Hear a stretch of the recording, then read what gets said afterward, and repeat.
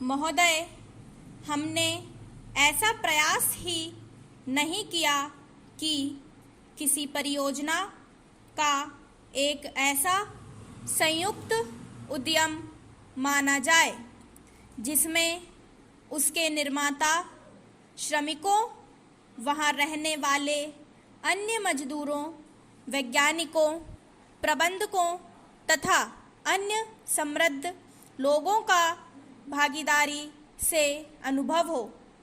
हमने समस्याओं को पुराने कोण से ही देखा है और लोगों का अलग अलग खानों में बांट दिया है।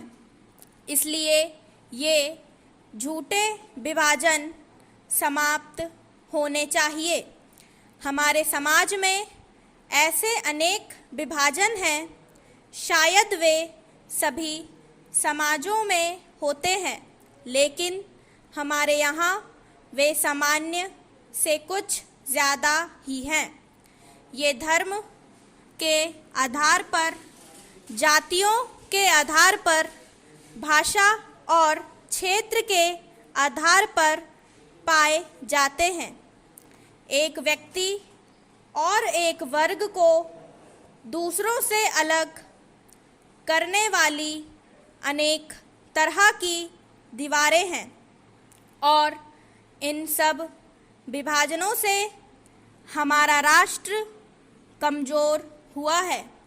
स्वतंत्रता आंदोलन के दौरान इन विभाजनों का इस्तेमाल हमारी एकता को तोड़ने के लिए किया जाता था।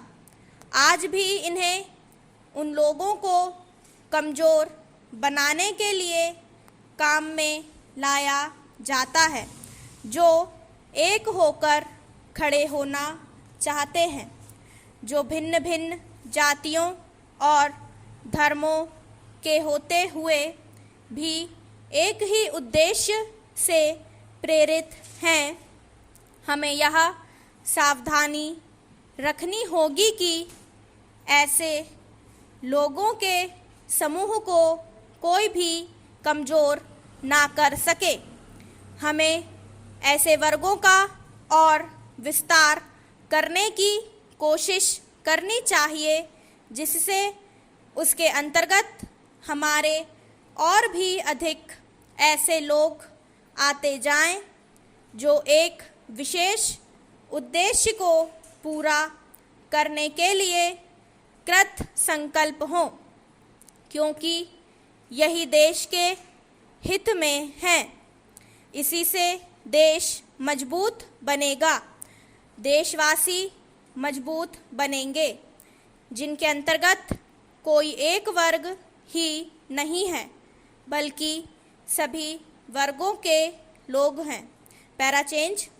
इसलिए संपूर्ण शिक्षा का अभिप्राय यह है कि हम केवल अपने अधिकारों के लिए संघर्ष ना करें, बल्कि यह भी देखें कि हमारे प्रयासों का अल्पसंख्यक समूहों पर क्या असर पड़ेगा।